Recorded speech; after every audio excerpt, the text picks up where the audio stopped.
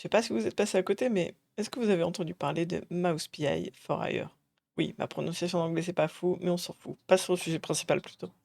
C'est donc un FPS action sorti le 19 mars 2026. Si vous regardez la vidéo quand elle sort, bah c'était il y a pas si longtemps que ça. Et développé par le studio polonais Fumigames.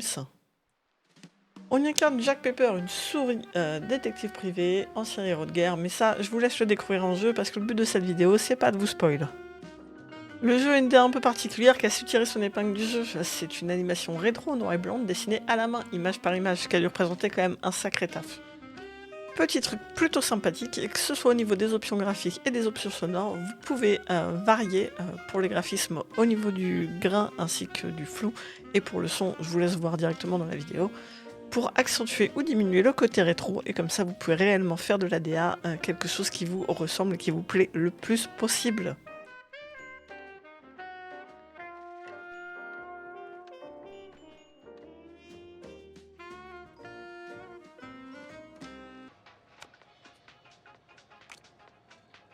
Bon, concrètement, je vais passer rapidement sur le seul point qui m'a pas trop plu au final dans le jeu, à savoir son jeu de cartes. Et oui, parmi tous les collectibles que vous allez pouvoir voir, parce qu'il y en a beaucoup, vous avez des cartes à récupérer avec lesquelles vous allez pouvoir participer à un jeu de cartes de baseball. Le principe est sympa, mais au long terme, j'ai trouvé ça un petit peu long et chiant. Mais ce n'est qu'un avis perso, et ça ne gâche en rien le reste du jeu, et peut-être que vous allez adorer ça. Le jeu est décrit comme un boomer shooter. Il m'a quelque peu fait me rappeler des vieux Doom, enfin particulièrement du premier. Déjà parce qu'il y a pas mal d'armes à récupérer, dont des plutôt sympas. Je vais éviter de vous les spoil pour avoir la joie de les découvrir. Et il y en a une vraiment où tout de suite j'ai fait oh putain, Doom. Bref, je vous laisse la surprise. Autre petit détail, c'est notre représentation de la vie. Nous, on a notre vie en termes de PV affichée directement, mais on a aussi un petit personnage. Là, pour le coup, c'est un petit cœur. Dans Doom, c'était le visage de notre perso qu'on voyait s'ensanglanter de plus en plus. Et bah là, de la même façon, le petit cœur, plus ça va, plus il s'abîme, jusqu'à limite tomber en lambeaux.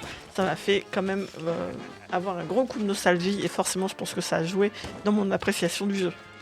En tout cas, je vous conseille fortement de tester le jeu parce que je me suis littéralement éclaté dessus. J'ai eu la chance de pouvoir le faire grâce à Boson et du coup, comme on dit par chez moi, merci beaucoup.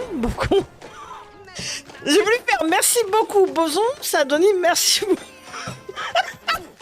Bref, merci Boson, merci à vous d'avoir regardé la vidéo et j'espère que cette petite vidéo vous plaira. Désolé, la qualité est pas au top, mais promis, on essaiera de s'améliorer.